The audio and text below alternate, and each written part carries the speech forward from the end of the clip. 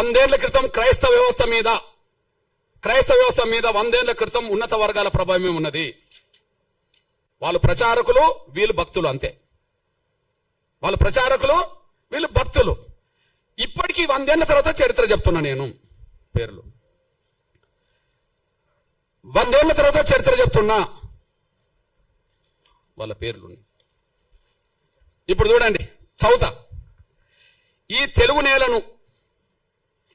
నేలను క్రైస్తవ మత ప్రచారాన్ని 99% ప్రభావితం చేసే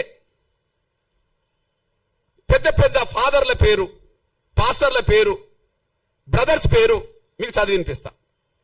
ఇలా ఒక్క దళితుడి పేరు చెప్తే నేను 100 ఏళ్ల క్రితం 4 పేరు చెప్పాను. 100 ఏళ్ల తర్వాత 10 మంది పేరు చెప్తా. ఒక్కసారి ఆ 10 మంది పేర్లు వినండి. బ్రదర్ అనిల్ కుమార్, వైఎస్ రాజశేఖర్ గారు అల్లుడు. బ్రదర్ అనిల్ కుమార్, వైఎస్ రాజశేఖర్ గారు అల్లుడు. చాలా గొప్ప ప్రచారకుడు, బ్రాహ్మణ్. ఓకే, ఆయన పెద్ద ప్రచారకుడు అని చెప్పి మా బ్యాచ్, ఆయన గొప్పోడు, గొప్ప ప్రచారకుడు అని చెప్పి వీళ్ళు వెళ్తారు. అక్కడ దాకా ఎదగరు వీళ్ళు, కానీ ఎక్కడికి వెళ్తారు? ప్రచారకుడు ఎవరు? అనిల్. ఇప్పుడు మీరు చూడండి, ఒకే చోట ఉండి 100 చోట్ల వీడియో, అది కెమెరాలు పెడతారు. ఏంటిది అది? డిజిటల్ సంబంధించిన పెట్టి లక్షల మందిని ప్రభావితం చేసే బ్రదర్ సతీష్ కుమార్, లక్షల మందిని ప్రభావితం చేసే బ్రదర్ సతీష్ కుమార్, ఓసీ కాపు. ఓకే, ఓసీ కాపు. బ్రదర్ కే పాల్, ప్రపంచ సువార్థికుడే, మనందరూ తెలుసు. ఇక్కడ నుంచి ప్రపంచ దేశాలకు ప్రభావితం చేసే వ్యక్తి, Kapu. Okay, brother John Wesley, brother రాజమండ్రికి చెందిన జాన్ వెస్లీ, ఇతను మన మంగళి సోదరుడు, చాలా ప్రభావితం చేస్తున్నాడు, BC. Vijay Paul Reddy, brother Vijay Paul Reddy చాలా ప్రభావితం చేస్తున్నాడు. జయప్రకాష్ పాల్, బ్రాహ్మణ.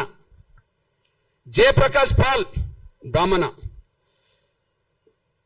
శ్యామ్ కిషోర్, పాస్టర్ శ్యామ్ కిషోర్, ఓసీ కమ్మ.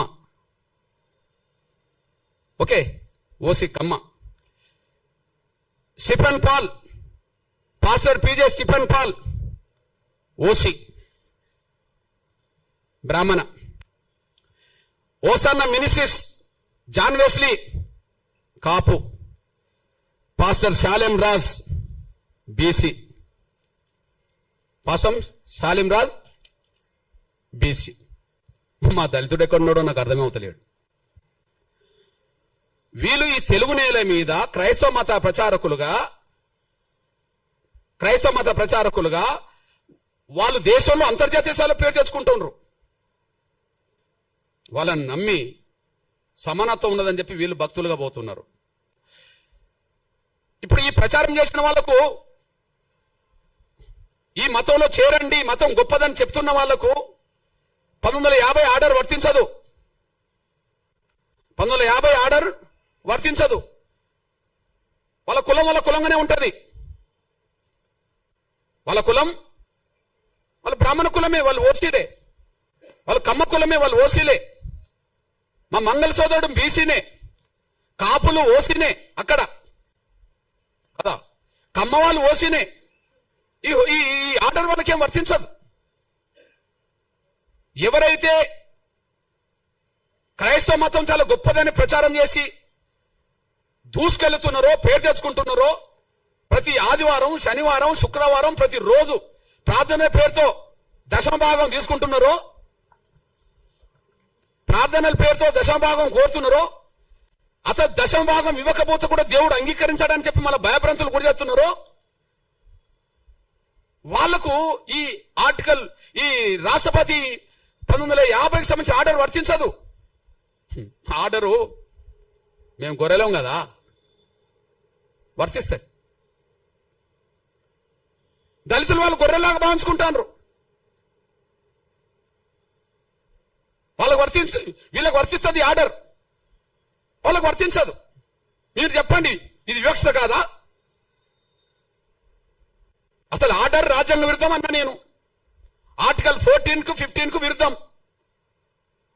సమానత్వ స్వేచ్ఛకు విరుద్ధం, ఆర్టికల్ 25కు విరుద్ధం, మత స్వేచ్ఛకు విరుద్ధం.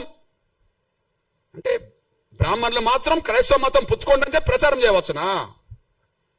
కాపులు, కమ్మోళ్ళు, రెడ్డోళ్ళు క్రైస్తవ మతం పుచ్చుకోండి, ఇందులో గొప్ప ధర్మం ఉంటే ప్రచారం చేయవచ్చునా? దశమభాగం పేరుతో వాళ్ళు బాగా వెనుకేసుకోవచ్చునా? దళితులు మాత్రం మతం మార్చుకుంటే వాళ్ళు ఎస్సీలు కాకుండా పోతారా?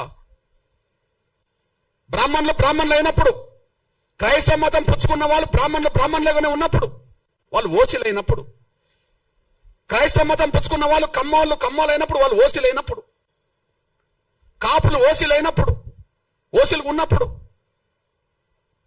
రెడ్లు ఓసీలుగా ఉన్నప్పుడు వాళ్ళకి ఈడబ్ల్యూఎస్ రిజర్వేషన్ వర్తిస్తున్నాయి కదా, ఇప్పుడు ఎస్సీ ఎస్టీ యాక్ట్ వీళ్ళకి వర్తించదు, రేపు రిజర్వేషన్ వర్తించవద్దు అని అంటుండ్రు కదా. ఎస్సీ యాక్ట్ వర్తించదు, రేపు రిజర్వేషన్ కూడా వర్తించవని మీరు తీర్పులు చెప్పారు కదా ఆర్డర్ పట్టి. అంటే వాళ్ళకు రిజర్వేషన్ కూడా వర్తించవచ్చునా? వాళ్ళ కులహోదాగానే ఉండాలనా? వాళ్ళ కులహోదాను ఉండాలి. వాళ్ళ బ్రాహ్మణులు ఓసీ హోదా ఉండాలి. వాళ్ళు క్రైస్తవ మతం పుచ్చుకున్నా ప్రచారం చేసినా వాళ్ళ ఓసీ హోదా పోతలేదు, వాళ్ళ బ్రాహ్మణ కులం హోదా పోతలేదు, కమ్మల హోదా పోతలేదు, రెడ్ల హోదా పోతలేదు, కాపుల హోదా పోతలేదు. చివరికి మా బీసీలు కొంతమంది ప్రచారకులు, మత ప్రచారకులు అవుతే వాళ్ళ హోదా బీసీలుగానే మంగళగానే ఉంటది. ఇక్కడ దళితులు మాత్రం మా మీద వివక్ష ఉన్నది నిజమే కదా, పోనీ మతం మార్చుకుంటా అంటే పోతా అని చెప్పి నమ్మిపోతే ఎస్సీ హోదా రద్దు చేస్తారా? ఇది వివక్షతో కూడిన ఆర్డర్ కాదా? ఇది రాజ్యాంగ విరుద్ధం కాదా? ఇది వివక్షతో కూడిన ఆర్డర్ కాదా? ఇది రాజ్యాంగ విరుద్ధం కాదా? మా మీద రుద్దుతారా? మేమేం తినాలి, మేము ఏ విశ్వాసం కలిగి ఉండాలని మా మీద రుద్దుతారా? మేమేం తినాలి, ఏ బట్టలు కట్టుకోవాలి, ఏ విశ్వాసం కలిగి ఉండాలని రుద్దుతారా? ఆ రుద్దడం అనేది రాజ్యాంగ విరుద్ధం కాదా?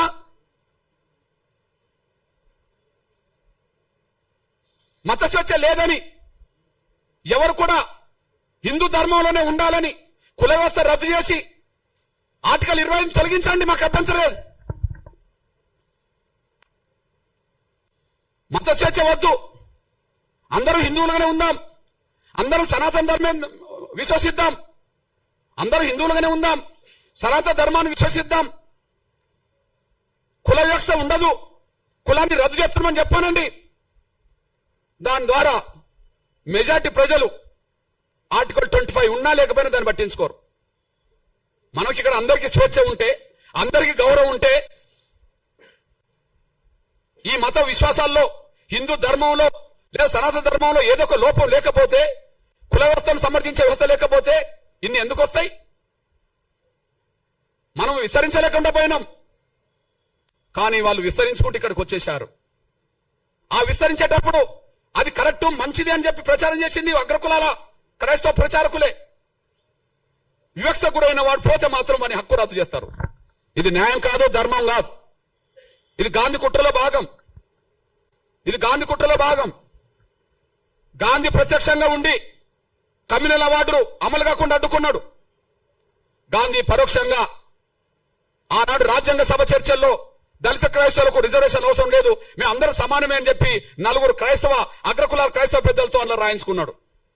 ఇది కుట్ర. నాటి నుంచి నేటి వరకు వివక్ష కొనసాగుతుంది. ఈ నేపథ్యంలో స్పష్టం చేస్తున్నాం. పోనీ